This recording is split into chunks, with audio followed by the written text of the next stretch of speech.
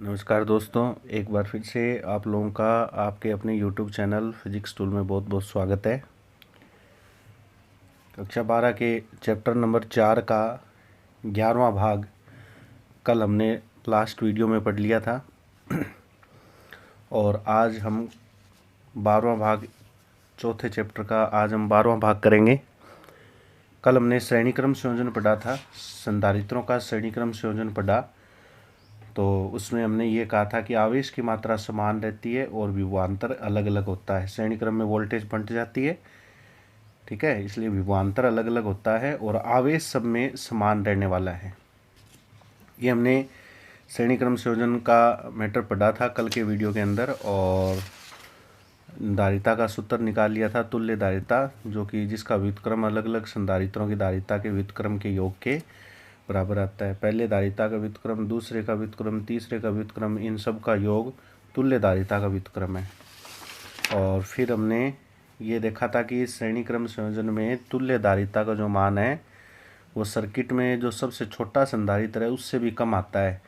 जैसे हमने उदाहरण लिया था 1, 2, 3 माइक्रोफेरेड के संधारित्र जोड़े थे तो तुल्य धारिता का मान 1 से भी छोटा आ रहा है, ठीक है। और श्रेणी क्रम संयोजन का उपयोग वहीं करना है अपने को जहाँ पर उच्च विभव को विभाजित करना हो V1, V2, V3 के रूप में, और तुल्य धारिता सबसे कम धारिता से भी कम प्राप्त करना हो, ऐसा संयोजन श्रेणी क्रम संयोजन होगा। आवेशों का अनुपात 1:1 होने वाला है, ठीक है। और अगर समान धारिता संधारित्र जुड़े हो तो तुल्य धारिता का ये सूत्र होगा। ये हमने कुछ स्पेशल पॉइंट भी इसके पढ़े थे। चलिए बच्चों, इसका एक टॉपिक और रह गया था जो मैंने लास्ट क्लास में बताया था आपको, वो उसके बाद पढ़ेंगे। पहले हम संधारित्रों का समांतर क्रम संयोजन देखते हैं। ये मेरा आज का पेपर, नोट्स पेपर मैंने हेडिंग डाल रखी है, संधारित्रों का समांतर क्रम संयोजन। देखो, संधारित्र इस प्रकार जुड़ेंगे इसमें। समांतर क्रम संयोजन में होता क्या आखिर कि जो जितने भी संधारित्र होते हैं उन सभी संधारित्रों की एक प्लेटें एक साथ जुड़ी होती है और बची हुई दूसरी प्लेटें एक साथ जुड़ी होती है। इस प्रकार का संयोजन समांतर क्रम संयोजन होता है। और समांतर क्रम संयोजन की विशेषता ये होती है कि पहली विशेषता ये होती है कि विभव का मान समान रहता है। बस कोई भी संयोजन हो, आप ये दो चीज़ हमेशा याद रखो, ठीक है। श्रेणी क्रम संयोजन में तो क्या था, विभव अलग अलग था, यहाँ विभव का मान समान रहेगा, ठीक है। और नंबर 2, इसमें आवेश का मान अलग अलग होगा, ठीक है, Q अलग अलग होगा। बस ये दो बातें आप याद रखो। उसमें जस्ट श्रेणी क्रम में इसका जस्ट उल्टा था, इसमें इसका श्रेणी क्रम का उल्टा है।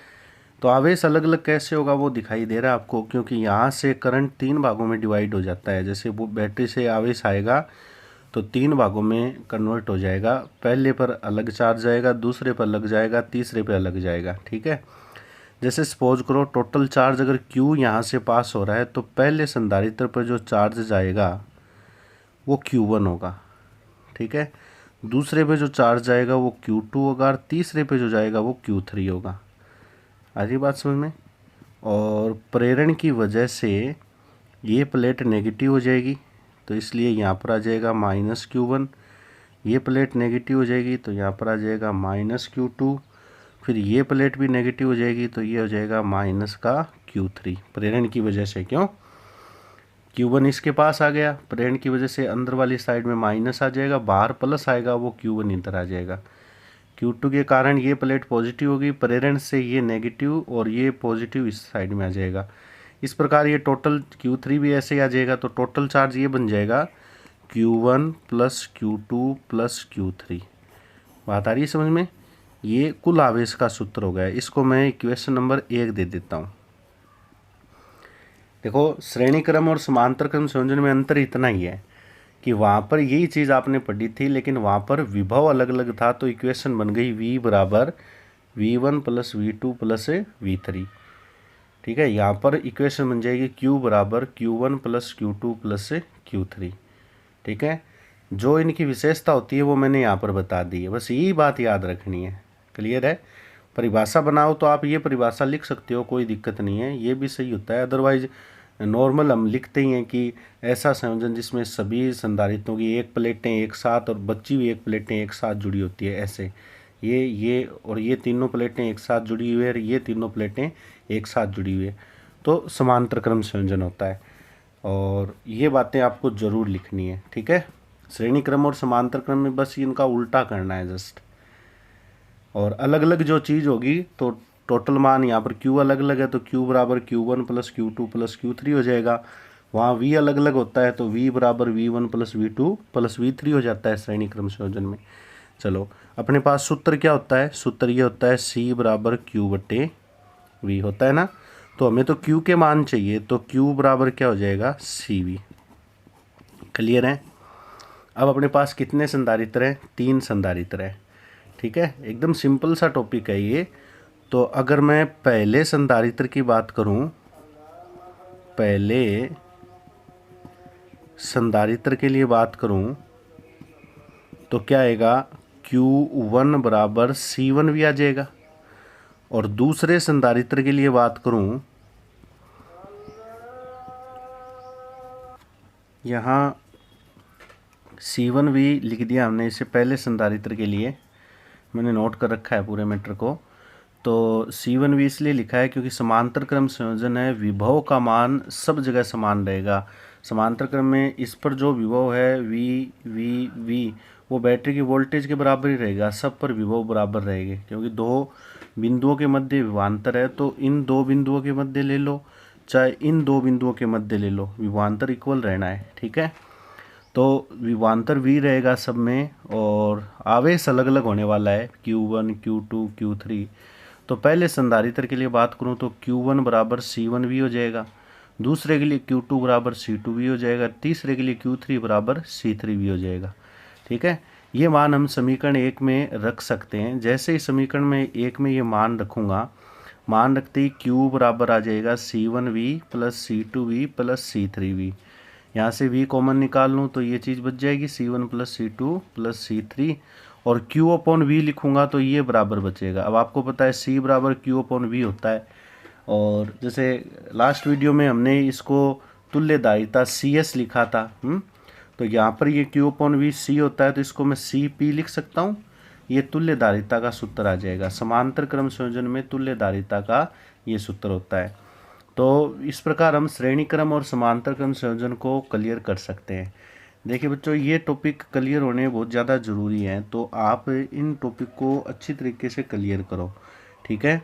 इसके बाद मैं कोशिश करूँगा, क्योंकि बहुत बार ऐसे क्वेश्चन आते हैं इन दोनों संयोजन पर डिपेंड, बहुत सारे प्रश्न परीक्षा में पूछे जाते हैं, कई बार ये संयोजन ही पूछ लिए जाते हैं। तो इन संयोजन को तसल्ली से आप क्लियर करो। बस याद इतना रखो, श्रेणी क्रम संयोजन में आवेश समान होगा, विभवांतर अलग अलग होगा, और समांतर क्रम संयोजन में आवेश अलग अलग और विभवांतर समान होगा, ठीक है।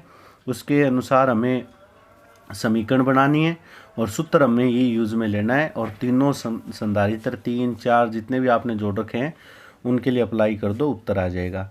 देखो, तुल्य धारिता का जो मान आया है वो अलग अलग संधारित्रों की धारिताओं के योग के बराबर आ रहा है। तो मैंने यहाँ लिख दिया तुल्य धारिता का मान अलग अलग, यानी C1 C2 C3 अलग अलग संधारित्रों की धारिताओं के योग के बराबर आता है, ठीक है। ये तुल्य धारिता का सूत्र हो जाएगा। और देखो, यहाँ पर सीधा जोड़ हो रहा है तो इससे उत्तर साफ जाहिर है कि अपना उत्तर ज़्यादा से ज़्यादा आएगा, क्योंकि हम डायरेक्ट योग करेंगे यहाँ पर C1 C2 C3, तो तुल्य धारिता का मान अधिक प्राप्त होने वाला है।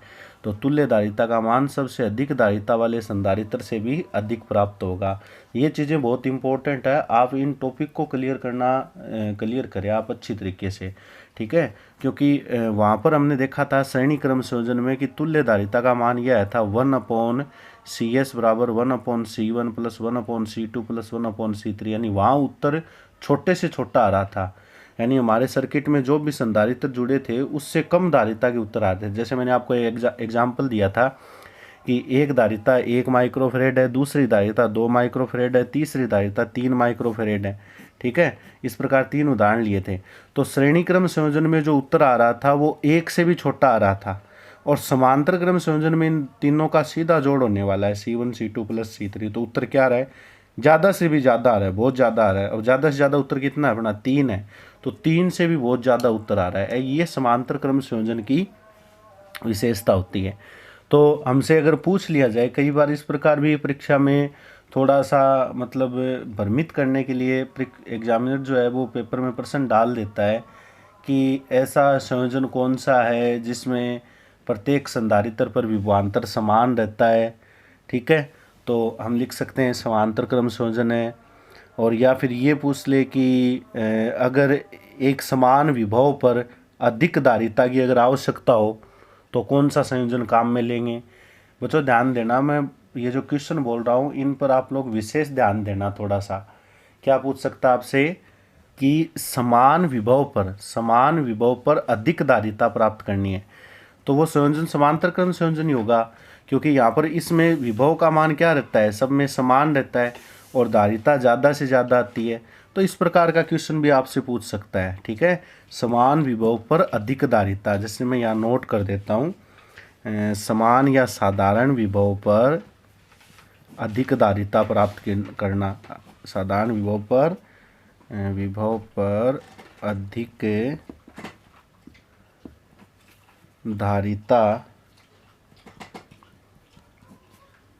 अधिक धारिता की आवश्यकता या हमें जरूरत हो तब हम समांतर क्रम संयोजन काम में लेते हैं, ठीक है। तो ये इस प्रकार का संयोजन समांतर क्रम संयोजन होगा। और एक बात ये भी आप कन्फर्म कर चुके हो कि इसमें विभवांतर समान है तो विभव का अनुपात 1:1 आएगा। श्रेणी क्रम संयोजन में क्या लिखा था, आवेशों का अनुपात Q1 Q2 Q3 वो 1:1 था। तो बच्चों ये समांतर क्रम संयोजन और श्रेणी क्रम संयोजन है संधारित्रों के, ठीक है।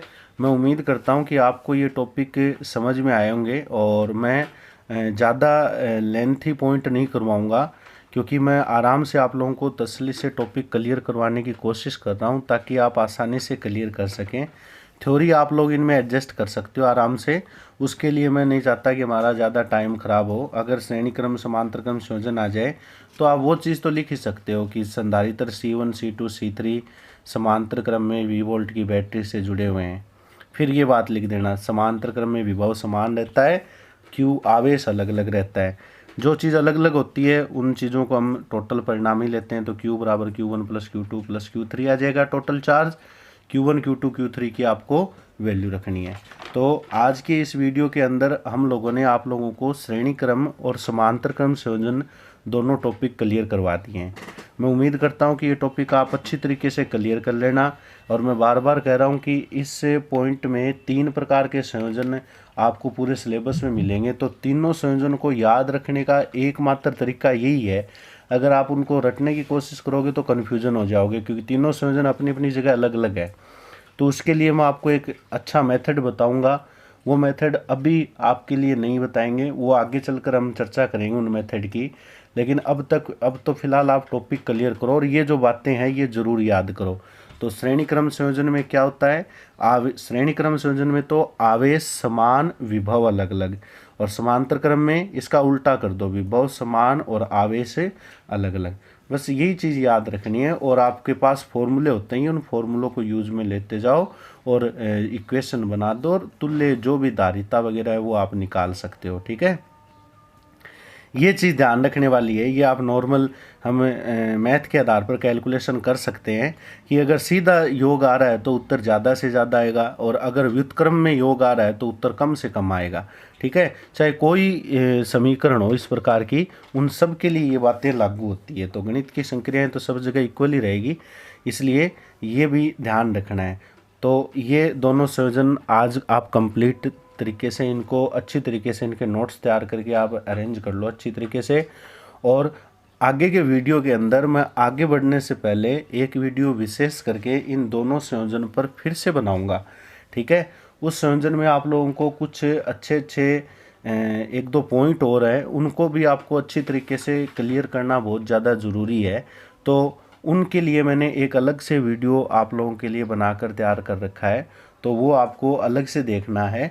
पहले आप लोग श्रेणी क्रम और समांतर क्रम संयोजन को एकदम क्लियर याद कर लोगे, ठीक है। ये श्रेणी क्रम संयोजन हो जाएगा समझ गए। और ये बातें आप लोग तसल्ली से याद कर लेना श्रेणी क्रम संयोजन की जो भी मैंने बताई थी, और ये समांतर क्रम संयोजन हो जाएगा। दोनों में जो भी डिफरेंट होता है, जो भी अंतर होता है, वो आप अच्छी तरीके से तैयार करोगे। ठीक है बच्चों, आज के लिए बस इस वीडियो में इतना ही। मैं छोटा ही वीडियो आज बना रहा हूँ, वो इसीलिए क्योंकि मैं पॉइंट टू पॉइंट चलने की कोशिश कर रहा हूँ। वीडियो ज़्यादा हो जाए इससे कोई फ़र्क नहीं पड़ता, लेकिन टॉपिक क्लियर होना बहुत ज़्यादा ज़रूरी है। तो वीडियो लगातार पूरा देखें, और तब तक देखें जब तक आपके टॉपिक क्लियर नहीं हो जाए, और ज़्यादा से ज़्यादा बच्चों को अवगत कराएं इस संबंध में, ताकि आपका जो सिलेबस जो आप पढ़ रहे हो उसका फ़ायदा अन्य बच्चों को भी पूरा हो, यही हम चाहते हैं। तो तब तक के लिए धन्यवाद। आगे के वीडियो के लिए चैनल से जुड़े रहिए, घर पे रहिए, सुरक्षित रहिए। जय हिंद, जय भारत।